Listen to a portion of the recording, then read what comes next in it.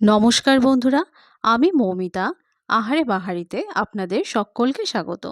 আজ আমি বানাবো মিষ্টি সুজি। মিষ্টি সুজি বানানোর জন্য আমি সুজিটা একটা প্লেটের মধ্যে ঢেলে নিচ্ছি। সুজিটা ঢেলে নিচ্ছি, বাকি জিনিসগুলো আস্তে আস্তে দেখিয়ে নিচ্ছি। মিষ্টি সুজি খেতে সকলেরই ভালো লাগে, আর এটা যদি একটু দুধ ঘি দিয়ে বানানো যায় তাহলে কিন্তু শরীরের জন্য ভালো। এটা একটা সুন্দর টিফিন রেসিপি, রুটির সাথেও খাওয়া যায়। আর এখানে রয়েছে দুধ, এখানে 750 ml দুধ রয়েছে। এবারে আনছি চিনি, 1 বাটি চিনি লাগবে, আর লাগবে এলাচ আর কাজু বাদাম,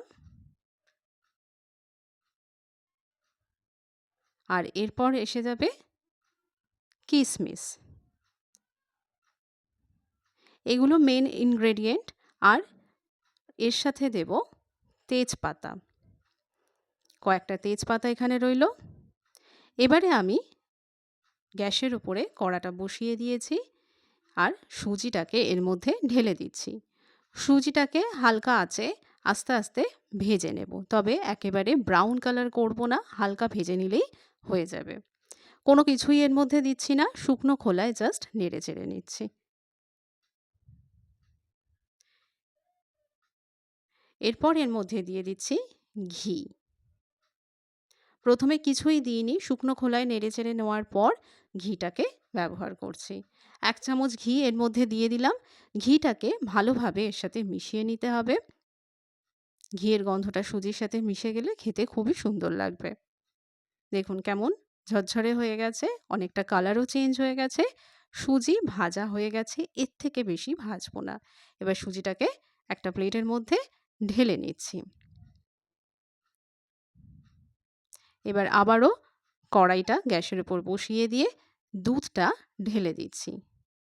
দুধটা এখানে হালকা ফোটাবো, একটু নেড়ে দিচ্ছি। খুব বেশি ফোটানোর দরকার নেই।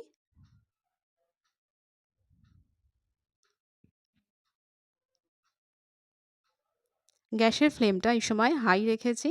এর মধ্যে দিয়ে দিচ্ছি 3টে তেজপাতা আর কয়েকটা এলাচ।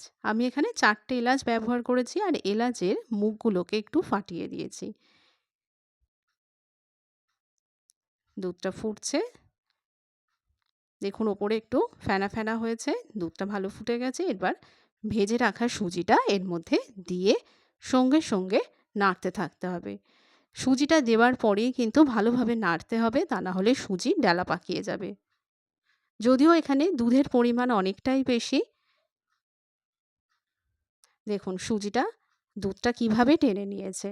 এবারে এর মধ্যে দিয়ে দিচ্ছি 1 বাটি চিনি। চিনিটা ভালো করে এখানে নাড়িয়ে গলিয়ে নিতে হবে।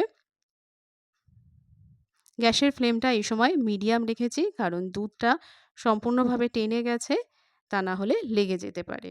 চিনিটা দেওয়ার পর একটু গলে যাবে, যখন একটু জল হয়ে একটু লিকুইড হবে, এরপর এর মধ্যে দিয়ে দিচ্ছি কিশমিশ। কিশমিশগুলোকে আগে দিয়ে দিচ্ছি যাতে সুজির মধ্যে ডুবে গিয়ে একটু ফুলে যায়। আর সবশেষে দিয়ে দিচ্ছি কাজু বাদাম।